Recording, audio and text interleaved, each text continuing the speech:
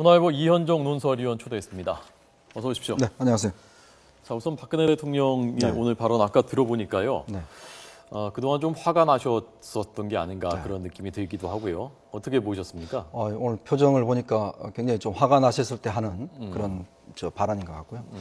특히 이제 그동안 그 증세 없는 복지에 대해서 김무성 대표가 대표 연설을 통해서 거짓말한다 뭐 이런 또 이야기를 했고요. 예. 또 유승민 대표가 취임을 하면서 증세 없는 복지는 이제 이거는 말이 안 된다 뭐 이런 투로 이야기를 해서 일단 지금 상황에서 이제 청와대에서 이제 일단 그동안 뭐 대응을 사실 안 해왔거든요. 예. 안 해왔는데 일단 박근혜 대통령이 오늘 정식으로 이 문제에 대해서 배신이다, 국민에 대한 배신이다 이렇게 강도 높게 하여튼 대응을 하고 나왔습니다. 예. 그렇기 때문에 아마 이 증세 없는 복지 이런 논쟁 자체가 이제 여야 또 여당 내부 박 대통령까지 이제 3자가 합쳐서 굉장히 큰 논쟁으로 일단 지금 전개될 가능성이 커 보입니다. 예. 그동안 아마도 당에서 제기돼 왔었던 그 증세론에 대해서 청와대 또 대통령에 대한 도전이다 그렇게 느꼈었던 것이 아닌가 저는 그런 생각이 들더라고요. 그렇죠. 특히 이제 박 대통령 같은 경우는 원칙, 특히 공약 문제에 대해서 예. 자기 공약에 대해서 일단 이걸 이 공약이 잘못됐다 이렇게 하는 것에 대해서는 굉장히 큰 어떤 부담을 느끼고 있고 예. 또 이거 자체에 대해서는 본인도 이거는 아니다라고 인정하고 있는 측면에서 계속 당에서 어떤 그런 공격이 들어오기 때문에 예. 그에 대해서 일단 정면으로 좀 공격을 한 것으로 보이고요. 예. 그렇다고 한다면 지금 사실은 박 대통령도 이 공격 시점이 일단 특별한 뚜렷한 대안이 없습니다. 일단 왜냐하면 증세 없는 복지 문제, 여러 가지 재정 문제가 사실 있기 때문에 그래서 이걸 이제 국회 차원에서 이제 논의를 해야 되는데 그런 논의를 하더라도 자기의 어떤 분명한 원칙을 오늘 밝혀둔 것 같습니다. 예. 그렇다면은 새로운 비주류 지도부가 출범한 다음에 여당하고 청와대 또 정부하고 잘 조율하면서 갈 수 있을 것인가가 국민의 관심사였지 않습니까? 네네. 근데 지금 오늘까지 드러난 양상으로 봐서는 순탄치가 않겠다 하는 생각을 하게 되는데요. 네, 그렇습니다. 굉장히 난기류가 예상이 되는데요. 일단 지금 첫 번째로 여당 내에서 일단 목소리가 여러 가지입니다. 일단 지금 김무성 대표 같은 경우에 증세 없는 복지 이야기하면서 일단은 복지의 구조조정을 일단 포커스를 맞추고 있고요. 예. 즉 현재 증세하지 않는 가운데서 복지 자체를 좀 구조조정해서 무상급식이나 무상보육 이런 것들을 조금 더 구조조정해서 이제 선별적 복지로 하는 거에 이제 방점을 찍고 있고 그렇지만 유승민 원내대표 같은 경우는 줬다 뺏는 게 더 나쁘다. 지금 현재 있는 복지를 줄이는 것 자체가 더 국민 여론을 어떤 반발을 일으키기 때문에 이건 안 된다. 건드리면 안 된다. 그렇기 때문에 일단 좀 법인세라든지 그런 쪽에 좀 포커스를 맞추고 있습니다. 예. 근데 어제 이제 대표로 선출된 그 문재인 대표 같은 경우는 이거는 지금 이제 그 현재 복지 정책 이런 것 다 유지를 하고 대신 부자 증세 이걸 통해서 일단 세원을 확보해야 된다. 이렇게 이야기를 하고 있기 때문에 지금은 관점이 여러 가지가 차이가 있죠. 예. 그래서 사실은 이게 논쟁 자체가 사실은 참 합일점 찾기가 굉장히 쉽지 않은 논쟁입니다. 이 증세 논쟁은.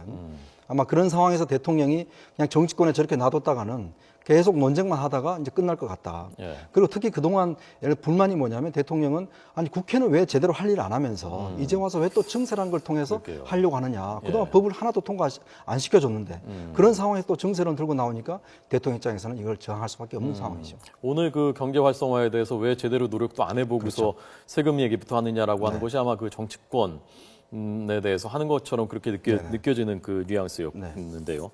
자, 어쨌건 지금 김무성 대표는 복지를 좀 줄여야 된다. 유승민 원내대표는 복지는 놔두고 좀 세금을 올려서 해야 된다라는 건데 지금 대통령께서 오늘 말씀하신 것은 복지도 그대로 해야 되고 세금은 늘리지 말아야 된다라는 것인데 그럼 이게 현실성이 있는 거냐 하는 게 이제 국민들이 궁금해하는 것이지 않습니까? 그렇죠. 지금 이제 사실은 경제 활성화라는 게 사실 하루아침에 되는 것도 아니고 네. 또 이것도 정부가 어떻게 한다고 해서 되는 문제가 아니지 않습니까? 예, 예. 그래서 대통령이 오늘 말씀이었던 전체 뉘앙스를 보면 일단 좀 뭔가 이 어떤 대책이 있어서 하는 것보다는 일단 좀 이제 이거에 대한 자신의 원칙적 입장 이걸 이야기를 했고 또 말미에 보면 일단 국회에서 논의를 해주라 이렇게 이제 부탁을 했기 때문에 일단 이제 국회에다 공을 던져 놓은 것으로 보여집니다. 그렇지만 물론 대통령이 변화될 가능성도 충분히 있죠 앞으로. 예를 들어 왜냐하면 현재 경제 상황이라는 게 이렇게 급속히 나아질 수 있는 가능성이 없는 것 아닙니까? 그런 상황에서 본다면 대통령이 오늘 원칙적으로 이야기한 것은 그동안 이것이 증세 없는 복지가 잘못됐다. 예. 이거에 대한 본인의 입장. 이게 잘못된 게 아니다. 충분히 경제 활성화를 했어야 됐는데 그걸 안 해왔기 때문에 이렇게 된 것이지 이것 자체가 잘못된 건 아니다. 이거에 대한 본인의 항변이라고 볼 수가 있겠습니다. 예. 경제가 나아질 가능성이 없다고 하시면 그건 좀 너무 비관적이고요. 네, 금방 나아지는 건 아니죠. 네. 나아졌으면 좋겠습니다. 자, 어떻게 보면요. 지금 그 여당에서 좀 그 청와대 또 대통령의 공약을 좀 그 퇴로를 좀 열어주는 그런 측면도 좀 있었지 않습니까? 네네. 이게 세금 문제 얘기하고 이제 복지도 좀 줄일 건 줄이고 하자고 했었는데 대통령이 어떻게 보면 퇴로를 지금 막는 그런 모양새란 말입니다. 이게 잘 선택을 한 것인지 저는 조금 좀 아리송한데요. 글쎄 지금 이제 아무래도 이제 대통령이 좀 언급 시점이 제가 볼 때는 예를 들어서 뭐 개각을 하고 어느 정도 대통령의 어떤 좀 지지도라든지 이런 것이 좀 상승된 상황에서 이런 좀 언급이 나왔더라면 좀 더 이제 영향이 있었을 텐데 지금 같이 대통령의 이제 인기도가 좀 떨어진 상황에서 특히 당내에서 지금 논쟁이 지금 한창 벌어지고 있지 않습니까? 예, 예. 논쟁이 벌어지고 있고 또 각 여당 내부의 각 이제 기획재정부라든지 그다음에 여당 내부의 정책 이제 원내대표라든지 대표 각자의 의견들이 지금 다 틀린 상황이거든요. 예. 그런 상황에서 대통령이 또 논쟁의 한 당사자로 같이 합류한다는 것 자체가 여당 내에서 굉장히 지금 당정 협의 자체가 예. 상당히 문제라고 보여집니다. 그래서 예. 대통령이 이제 그 당정 협의 자체를 계속 이제 원활하게 좀 새롭게 구성된 이제 운영을 하라고 하는데 지금 문제는 거기에 당이 아직까지 어떤 본격적인 조인이 안 됐거든요. 즉 정부와 청와대는 어느 정도 이제 테이블에 마련돼 있지만 지금 당이 아직 합류가 안 된 상황이고 좀 당에 대해서 대통령이 못마뜩한 그런 측면이 있기 때문에 좀 이런 갈등, 당청 간의 갈등 자체를 푸는 것 자체가 제가 볼 때 가장 급선무라고 보여집니다. 네. 그건 일단 뭐 이완구 총리 후보자가 일단 어떤 이제 청문회를 통과해서 한 다음에 일단 하기 순서일 텐데 일단 이 논쟁 자체가 지금 먼저 떨어지면서 지금 상당히 복잡한 구조로 이제 전개되는 거죠. 예. 자, 문재인 대표가 어제 박근혜 정부와 전면전 얘기를 하고 그래서 오늘 신문들도요 제목이 머리 기사들이 다 달랐어. 어떤 데는 전면전이 중심이 그 키워드였고 어떤 데는 이승만 박정희 전 대통령 묘욕 참배한다는 쪽이 그러니까 화해 쪽인지 아니면 전면전인지 그게 헷갈렸었는데 오늘 묘욕 참배를 했는데 그게 이제 반쪽 차리 참배였다는 말이 나왔고 그 다음에는 또 참배하자마자 현 정부에 대해서 폭주를 맞겠다라고 아주 강력한 수위의 발언을 했단 말입니다. 어느 쪽에 방점이 있는 겁니까 이게 또? 지금 이제 뭐 일단 문재인 대표 같은 경우에 투트랙으로 간다고 봐야 될 것 같습니다. 왜냐하면 자신이 이제 지난 대선에서 패배한 원인이 뭔가 이제 그거에 대한 고찰들을 그동안 2년 동안 많이 했던 것 같아요. 즉 자기가 왜 2%, 3% 차이를 줄 수밖에 없었는가. 즉 그것은 중도층을 잡지 못해서 그렇다. 중도 실용층을 잡지 못해서 결과적으로 그런 결과를 초래했다. 즉 역사 문제라든지 안보 문제라든지 이런 측면에서는 좀 더 자기가 강하게 좀 기존과 달리 조금 어떤 스탠스를 좀 이동하고 대신 지금 자기들의 어떤 지지층의 결집 이거는 박근혜 정부에 대한 전면전 공격을 통해서 결집하고 즉 두 마리 토끼를 잡겠다는 그런 전략으로 보여집니다. 그래서 지금 오늘 행보를 보면 당장 두 가지가 굉장히 좀 아주 양쪽 행보가 헷갈리게 나오지 않습니까? 헷갈립니다. 결국 두 가지 메시지죠. 결국 이제 역사와는 화해를 하면서도 즉 박근혜 정부와는 결연히 싸워 나가겠다. 그래서 일단 투트랙 전략을 하고 있는데 과연 저 전략이 이제 어느 정도 성공을 하려면 당내에서 사실 좀 받쳐줘야 되는데 사실 오늘 같은 경우에 묘소 참배 같은 경우도 당의 최고위원들은 참가를 하지 않았지 않습니까? 모양새가 지금 굉장히 사실 안 좋지 않습니까? 저 뒤에 최고위원들이 다 따라가야 되는 거거든요, 지금. 근데 그렇죠. 그 뒤에 아무도 없고요.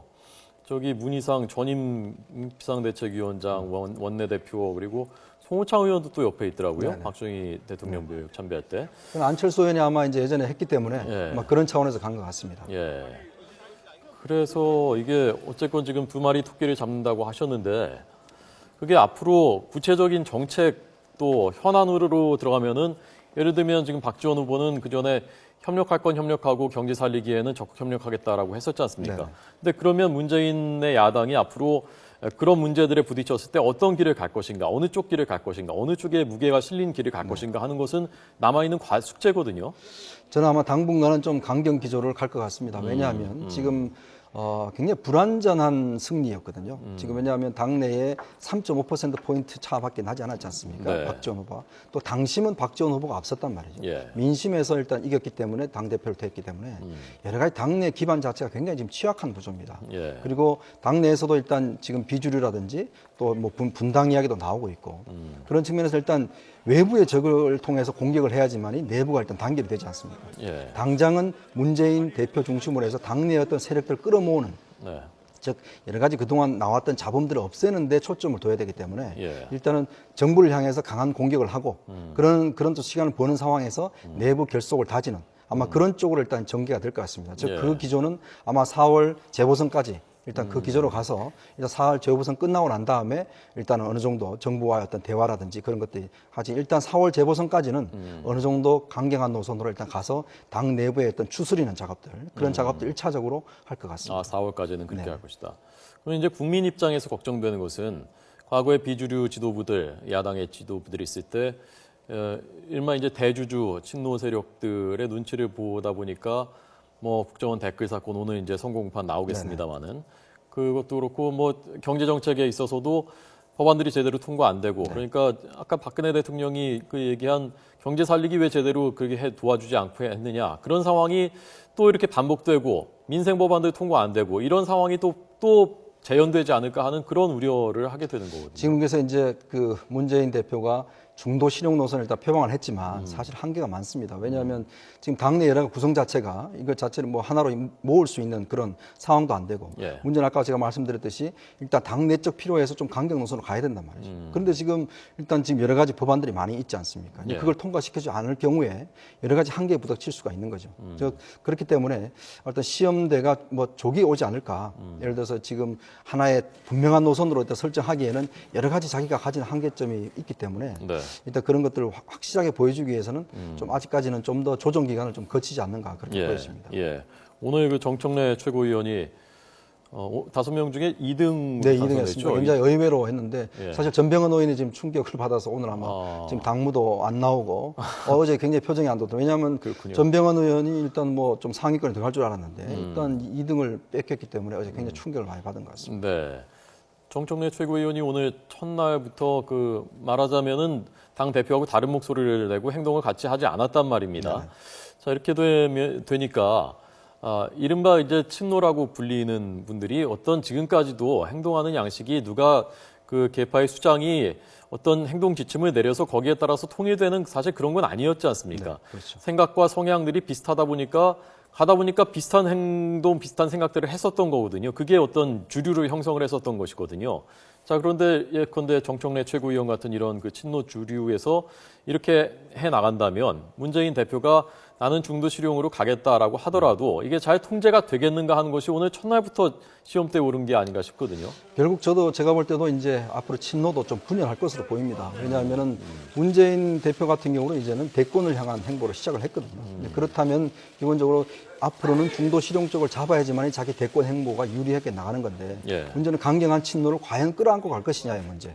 즉 여기서 보면 일단 지도부 내에서도 지금 유승희 최고위원과 정청래 최고위원 일단 강경 친노들 아닙니까? 네. 일단 그 목소리를 일단 낼 거고 그 목소리 내는 상황에서 또 어느 정도 세력이 있거든요. 예. 그걸 예를 들어서 문재인 의원이 대표가 다 끌어안고 갈 수는 없는 상황이기 때문에 친노 내부도 일단 좀 분화 과정을 어느 정도 강경파와 온경파로 좀 분화 과정을 거치지 않겠는가. 네. 친박이 예를 들어서 뭐 여러 가지로 분화되듯이 일단 당권을 잡았기 때문에 일단 문재인 그 대표 입장에서는 지금 비주류들 끌어안는 게 가장 급선무거든요. 지금 예. 박지원 5분의 그 후보 같은 경우는 굉장히 많은 표를 얻었고 네. 또 호남 세력도 분명히 있고 그 세력들 일단 자기 중심으로 끌어안는데 지금 일단 첫 당직 인선이라는 걸 통해서 여러 가지 좀 보여줘야 되는 그런 상황 아니겠습니까? 그렇지 않으면 지금 비주류들이 어떤 여러 가지 탈당할 명분이라든지 분당할 명분을 쌓을 수밖에 없는 상황이기 때문에 네, 네. 그런 상황에서는 일단은 좀 비주류를 적극 끌어안는 예. 그러면서 자기 세력을 좀 희생하는 아마 그런 전략을 선택하지 않으면 문재인 대표도 상당히 힘들어질 가능성이 큽니다. 예. 이 의원님은 어떻게 보십니까? 그 이른바 친노로 분류되어 있는 그 세력 중에서 문재인 대표가 중도 실용으로 가겠다라고 하면은 거기에 동조해서 따라갈 수 있는 세력이 더 다수인지 아니면 이념적으로나 뭐 원칙을 이게 뭐 좋다 안 좋다 가치 판단을 떠나서요.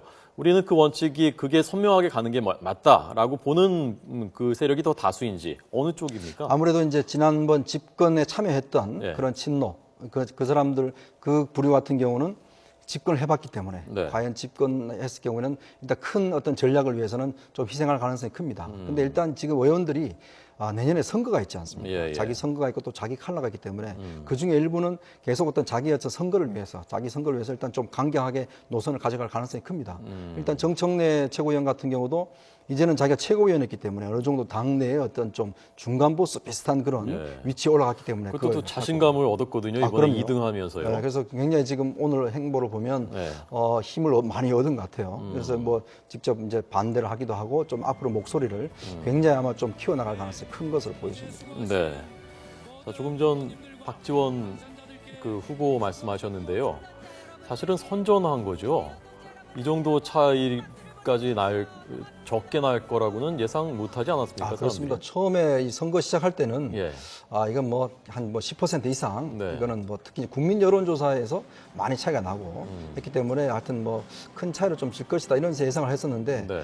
계속 이제 박지원 후보의 개인기 특히 이제 어떤 쟁점을 만들어내고 좀 싸움을 붙여내는 그런 개인기가 있지 않습니까? 그걸 통해서 일단 여러 가지 하여튼 좀 표를 많이 모았다고 봐야죠. 특히 그래서 당원하고 권리당원 이 여기서는 일단 이겼지 않습니까? 당일 일단 대의원들. 그래서 특히 친노가 막판에 문재인 후보 같은 경우는 자기가 이거 아니면 이제는 뭐 정계 은퇴까지도 하겠다는 듯이 엄포를 놓으면서 굉장히 그날 당일날 생각보다 많은 대의원들이 와서 투표를 참여를 했거든요. 즉 친노 조직 전체가 일단 총동원됐다고 봐야죠. 예. 그래서 대의원에서는 근소하게 문 후보가 앞섰고요. 네네.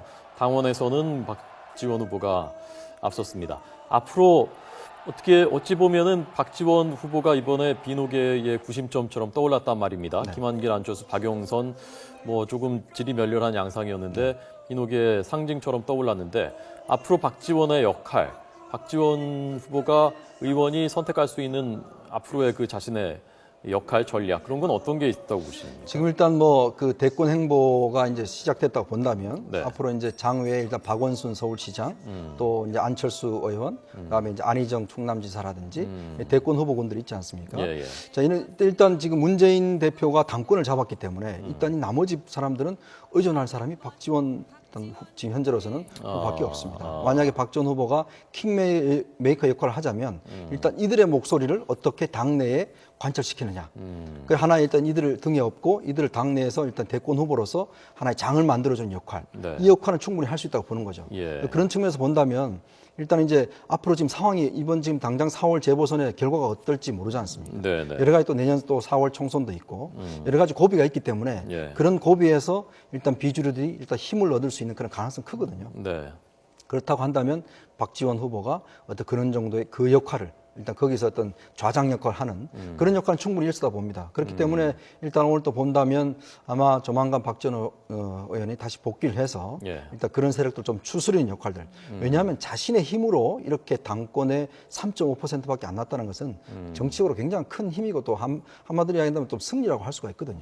왜냐하면 동교동계가 이번에 호남 다 이제 하나로 합쳤기 때문에 이 합친 거에 대한 큰 힘은 일단 제가 볼 때는 앞으로도 계속 좀 지속되지 않을까 보여집니다. 예. 문재인 후보가 이번에 당대표 나선다고 했을 때 내부에서도 이번에 안 나가는 게 좋지 않느냐. 대선 후보로서 사실은 이번에 그 나무 위에 올라가는 것인데 떨어질 가능성이 많고 그러니까 이게 위기냐 기회냐라는 양론이 있었지 않습니까? 이 의원님은 문재인 당대표가 됐다는 것이 문재인 대선 후보로서의 문재인 의원에게 위기의 요소가 더 크다고 보십니까? 아니면 기회의 요소가 더 크다고 보십니까? 기본적으로 저는 이제 당 대표 출마한다고 했을 때 사실은 대권이라는 게 공짜는 없다. 가만히 있어서 대권 후보로 누가 추대해 주는 것도 아니다. 그렇기 때문에 일단 문재인 대표가 당 대표로 선택한 것, 그건 일단 자기가 당 대표로서 뭔가 검증을 한번 받겠다. 이 대권으로 정말 자격이 있는지 없는지 검증을 받아서 그다음 대권으로 가겠다. 이 일단 기본적으로는 당 대표를 했기 때문에 예. 본인한테는 굉장히 큰 기회이자 일단 위기죠. 한마디로 정치 생명을 건 거라고 볼 수가 있을 것 같습니다. 그런 측면에서 본다면 문재인 대표에게 앞으로의 자기가 하는 역량에 따라서 이게 호랑이 등에 일단 탄 거죠. 탔기 때문에 더 이상 내릴 수는 없습니다. 어차피 여기 타서 가야 되고 이 호랑이를 정말 잘 관리하느냐에 따라서 대권도 그만큼 열릴 가능성이 크기 때문에 네. 문재인 대표에게는 정치적인 어떤 하나의 어떤 이 승부수를 건 거라고 볼 수가 있을 것 같습니다. 네. 자, 지금 그 원세훈 전 국정원장의 선고 공판, 2심 선고 공판이 진행 중인데요. 우선 국정원 심리전단의 불법 선거 개입을 인정했다는 소식이 전해졌습니다. 원세훈 전 원장에 대해서는 아직 아직 선고가 내려지지 않았는데요. 원세훈 전 국정원장이 조금 전 국정원법 위반, 그러니까 정치 개입 부분에 대해서는 유죄 판결이 내려졌고 더 중요한 것은 대선 개입했느냐, 1심에서는 무죄였었던 이 부분에 대한 부분인데 여기서 우선 국정원 심리전단의 불법 선거 개입은 인정했다라는 것입니다. 지금 항소심에서요. 자, 그러면 이것이 원세훈 전 국정원장도 불법 선거 개입을 인정할 가능성이 높아졌다는 의미일 수도 있을 것 같고요. 원세훈 국정원장이 직접적으로 지시를 했느냐, 이 부분에 대한 아마 판단이 남아 있을 것 같습니다. 자, 이렇게 되면요. 어쨌건 낙선 선거운동에 해당한다라고 봤다는 것입니다. 사이버 활동이. 국정원 심리전단의 사이버 활동이 낙선 선거운동에 해당한다고 봤다라는 것은 원세훈 전 국정원장에 대해서도 아마도 선거 개입을 인정할 가능성이 조금 높아진 것이 아닌가라고 볼 수가 있겠습니다. 저희가 지금 그 재판정에서 판결문을 다 듣고 있는 것이 아니기 때문에 맥락을 정확하게는 모르겠습니다만은 어쨌건 지금 전해진 그 기류로 봤을 때는 1심에서는 무죄였었던 공직선거법 불법 선거 개입 혐의에 대해서도 유죄로 인정할 가능성이 좀 커진 것이 아닌가라는 관측을 할 수가 있습니다. 계속 잠시 뒤면 나올 것 같으니까요. 속보가 나오면 곧바로 전해드리도록 하겠습니다. 참 묘한 시점에 또 판결이 나오는군요. 네, 그렇군요. 참 오늘 공교롭게도 여러 가지 겹쳤는데 네. 박근혜 대통령 발언도 나왔고요. 오늘 김무성 대표하고 문재인 대표하고 처음 만났지 않습니까? 네네. 이게 전에 김문수, 김무성 했을 때도 문무라고 했는데 이번에도 또 공교롭게도 문무입니다. 이 문무 대표들의 만남, 오늘 어떤 얘기들이 오가는지 잠깐 먼저 들어보도록 하겠습니다.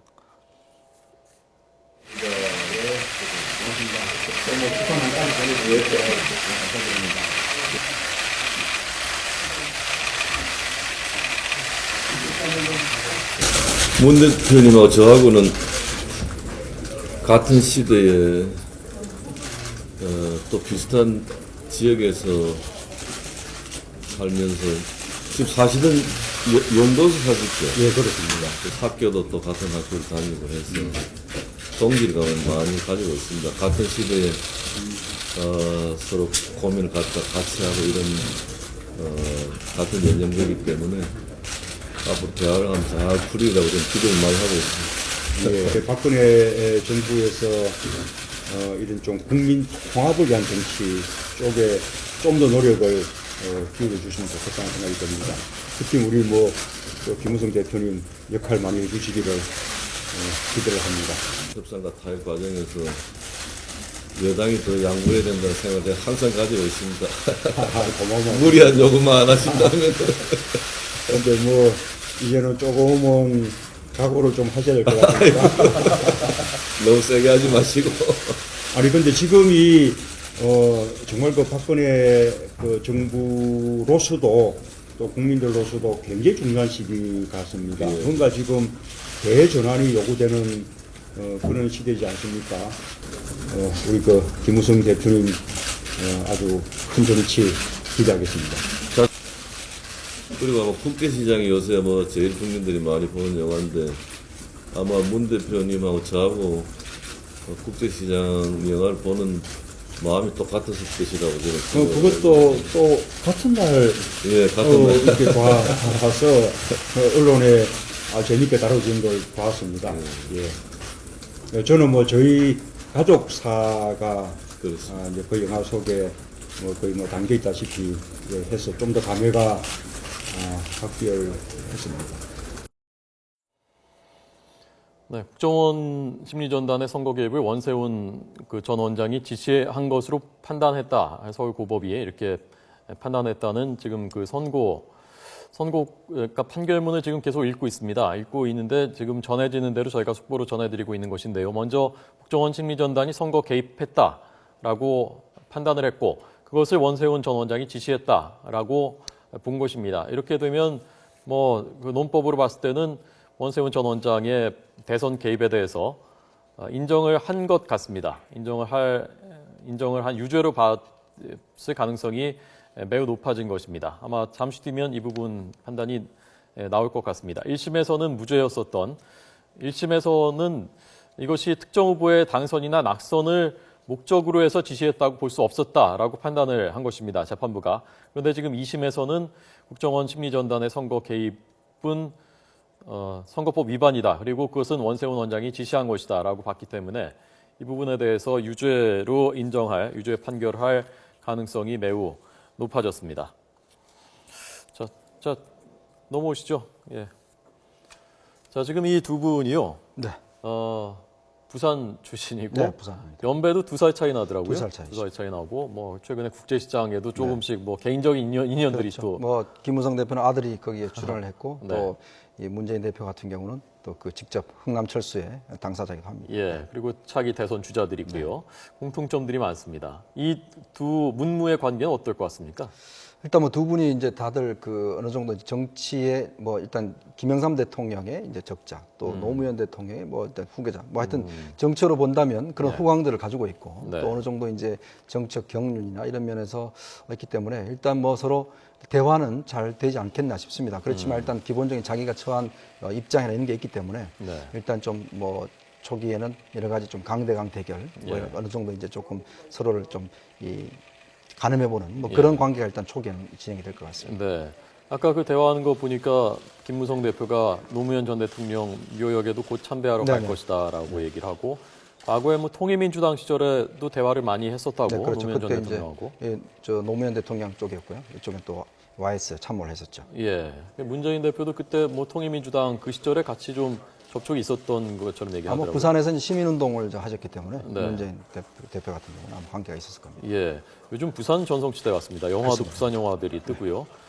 정치인들도 부산 출신들이 여야를 모두 여야의 대표가 됐습니다. 어쨌건 그 오늘 분위기로 봐서는 두 사람이 서로 좀 존중하는 것 같은 그리고 좀 통하는 것이 있을 것 같은 그런 분위기던데요. 네, 일단 앞으로 뭐 보면 어느 정도 이제 양측의 어떤 뭐 실력하고 그러니까 실력자들 일단 문희상 비대위원장 같은 경우 일단 비대위원장이 있기 때문에 물론 예. 뭐 이야기는 잘 통하지만 예. 특히 당내 어떤 세력이라든지 그런 것이 없는 상황에서 됐기 때문에 하지만 일단 문재인 대표 같은 경우는 기본적으로 당내 세력도 있고 또 전당대로 선출됐기 때문에 훨씬 대화 자체가 일단 된다면 아도 뭐 이야기 된다면 빨리 될 수 있는 그런 가능성이 있습니다. 예. 자, 이완구 총리 후보자 네. 청문회가 내일부터 내일부터 이틀 시작되는 동안 거죠. 시행이 이것도 전국의 하나의 분수령이죠. 그렇습니다. 어떻습니까? 지금 처음에는 무난할 것 같았는데 지금 뭐 야당에서는 특히 문재인 대표가 그냥 넘어갈 것 같지 가지 않을 것처럼 얘기했단 말입니다. 지금 일단 뭐 초기에는 워낙 이제 본인 뭐 여기 나와서 말씀드렸지만 본인이 준비를 많이 해왔기 때문에 네. 사실 뭐 큰 문제가 없지 않겠는가 이제 그런 전망이었는데 계속 이제 부동산 문제라든지 특히 이제 최근에는 뭐 이 그 기자들하고 관계 기자들하고 말한 것 자체가 이제 녹음해서 공개가 되면서 예. 이제 언론관이 더 문제가 된 것 같습니다. 네. 예전에 어떤 그 총리 후보자들이 낙마한 어떤 그 이유를 보면 예전에 이제 그 장상 그다음에 장대환 후보라든지 그다음에 최근에 이제 문창극 그다음에 안대희 후보라든지 보면 그런 기준에서 봤을 때 네. 일단 이완구 후보도 어느 정도 그 기준에는 들어간 것 아니냐 네. 이렇게 보여집니다. 예. 그렇지만 일단 여러 가지 정무적으로 봤을 때는 지금 두 명이나 일단 낙마를 했었고 네. 사실 이제 그다음에 세 번째고 그다음에 또 이제 국회의원 출신 아니겠습니까? 처음에 그 김용준 초대까지 초기죠. 하면은 세 명이죠. 세 명이죠. 현 정부에서만. 네, 세 명이죠. 네. 그러니까 정원 총리 다음에 이제 두 명이 이제 낙마를 했고, 근데 일단 그런 측면에서 봤을 때는 일단 뭐 국회의원 뭐 원내대표를 했기 때문에 예. 국회의원들 입장에 조금 동정적인 측면이 있죠. 근데 이제 지금 변수는 일단 문재인 대표가 취임을 해서 예. 처음으로 하는 그런 정치적인 어떤 행보 아니겠습니까? 그럴 땐 과연 이 입장을 어떻게 가져가느냐 이게 네. 좀 중요할 것 같은데 일단은 좀 부적격하다라는 게 일단 야당의 지금 공식 입장입니다. 그래서 일단 이 청문회를 거치면서 과연 이완구 후보가 얼마만큼 이거에 대해서 명확한 답변을 하느냐. 예. 특히 언론들을 기자들하고 어떤 대화한 내용, 예. 뭐 언론에 압력을 넣었다든지 또 패널을 바꿨다든지 그런 것들이 과연 사실로 드러날 경우에 이건 좀 상당히 논란이 될 가능성이 커 보입니다. 예. 아니 그런데 이분이 정치인 뭐 아주 그 경험이 많은 정치인이고 그런데 그 기자들하고의 그 식사 자리에서 그런 발언을 제가 이제 좀 뒷이야기를 들어보니까요. 예. 그날 아침에 이제 그 현장에 가면 저희들이 이제 앞에서 대기하는 기자들이 있습니다. 어린 기자들이. 네, 네. 이제 말진이요, 말진 말진. 기자들이 이제 네. 기자생활 얼마나 하는 기자들이 이제 오면은 뭐 물어보고 이렇게 하는 기자들이 있는데 예. 마침 그때 이완구 후보자 왔을 때 한 4명의 기자들하고 함께 이제 식사를 이제 하러 가자. 가서 이제 이야기를 하다 보니까 거기서 조금 본인의 이제 해명을 하다 보니까 조금 이제 특히 이제 기자들 이제 앞에서 어린 기자 앞에서 해명을 하다 보니까 네. 본인이 좀 오바를 해서 많은 이야기를 좀 한 것 같습니다. 또 그 중에서 이제 녹취를 해서 그것이 이제 그대로 또 야당한테 흘러갔고 그 방송을 타게 됐고 예. 그래서 여러 가지 하여튼 좀 그 과정 자체에서 조금 다루는 왜냐하면 그 기자들한테서 이야기할 때는 이거는 밥을 먹는 자리도 사실은 공식적인 이야기거든요. 그렇죠. 네, 전파 그거는 뭐 가능성이 조심을 엄청 했어야 되는 높은 부분인데 데인데요. 그걸 좀 분간 못했다는 것은 제가 볼 때 좀 그동안 그렇게 많은 공직 생활을 하고 원내대표를 했음에도 불구하고 네. 했다는 건 사실 좀 잘 이해가 안 되는 측면이 있습니다. 예. 기자들이요. 뭐 다 경험해 다 아시는 거지만 이게 술을 아무리 마셔서 만취 상태라도 맞습니다. 그 중요한 정치인이 뭐라고 얘기를 중요한 거 하기 시작하면은 그 다시 술이 깨고 사실 적기도 하거든요, 밑에다가. 자, 하여튼 정신은 항상 차려져 있는 그런 상황이죠. 예. 그러니까 아마 기자의 생리를 잘 몰랐던 것 같습니다. 기자라는 게 사실 밥 먹기 위해서 그 자리에 가는 건 아니거든요. 그 사람은 무슨 이야기를 하느냐 들어가기 때문에 항상 기자하고 밥 먹을 때는 아, 이거는 언젠가 다 국민들한테 노출된다는 생각을 하고 사실 밥을 먹어야 되거든요. 네. 근데 그거 없이 그냥 막연하게 그냥 친한 사이로 밥 먹는 사이가 아니지 않습니까? 네. 근데 아마 그걸 너무나 편하게 생각했던 것 같습니다. 예. 말한 것 자체도 경솔한 것이지만 그런 생각을 갖고 있었던 것 자체가 사실은 적절치 않은 것이고요. 어쨌거나 이제 이완구 후보자가 어떤 청문회는 이루어지는 거 아닙니까 내일? 네. 그동안 두 명의 후보는 청문회 자체도 이루어지지 않고 일단 낙마를 했는데 청문회가 이루어지기 때문에 이 청문회에서 본인의 진정성과 그 내용에 대해서 특히 이제 여러 가지 제기된 의혹들에 대해서 예. 얼마만큼 정확하고 진정성 있게 답변하느냐에 따라서 일단 여야의 어떤 의원들의 흐름을 바꾸지 않을까. 네. 그런 측면을 봤을 때는 조금 내일과 모레의 과정들, 이 과정들이 제일 중요한 분수령이 될 것 같습니다. 예. 결국 어떻게 보면요, 그 앞선 그 후보자들도 그랬지만 그 야당에서 어떤 자세를 취하느냐보다도 더 중요한 건 국민들의 정서거든요. 국민들이 받아들일 수 있는 정도가 이 정도면 받아들일 수 있는가.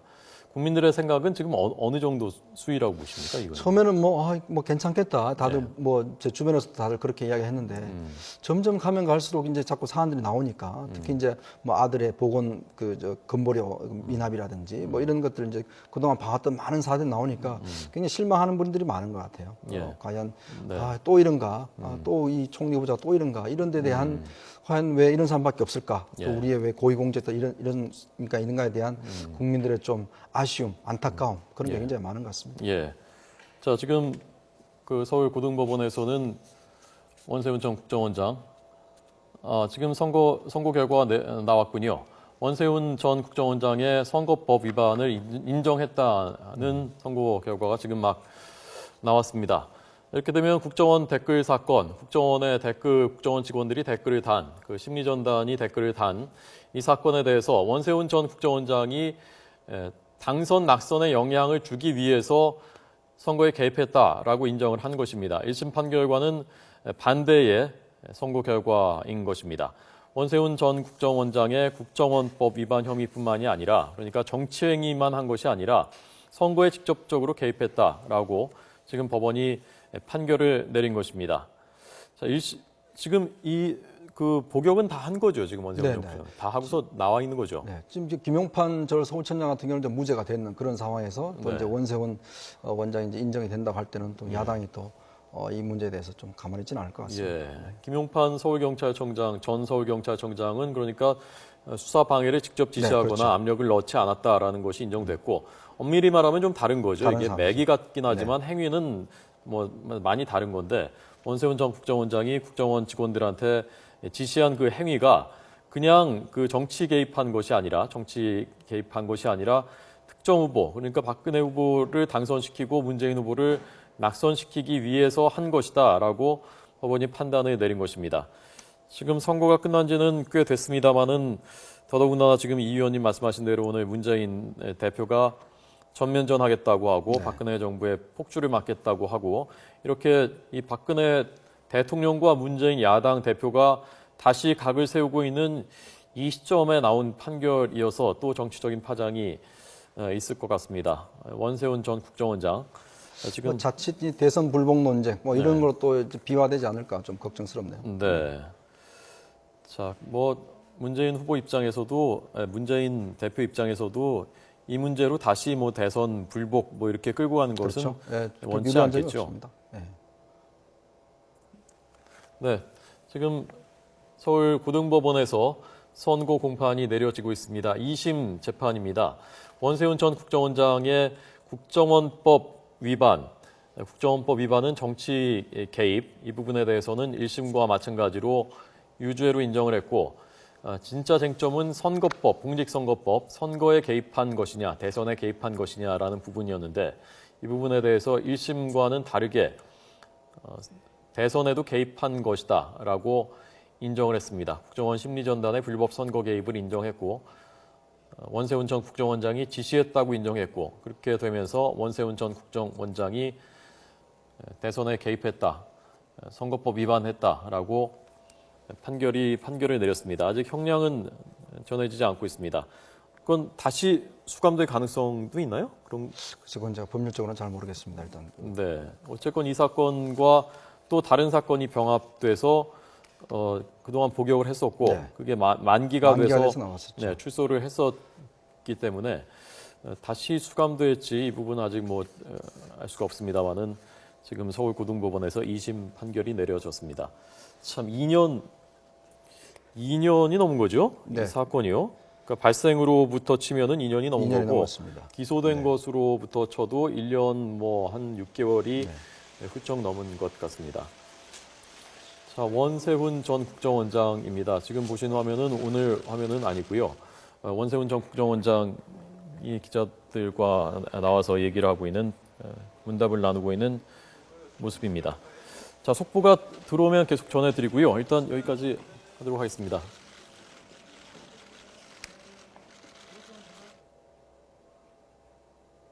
자, 고맙습니다. 네, 잘 들었습니다. 고맙습니다.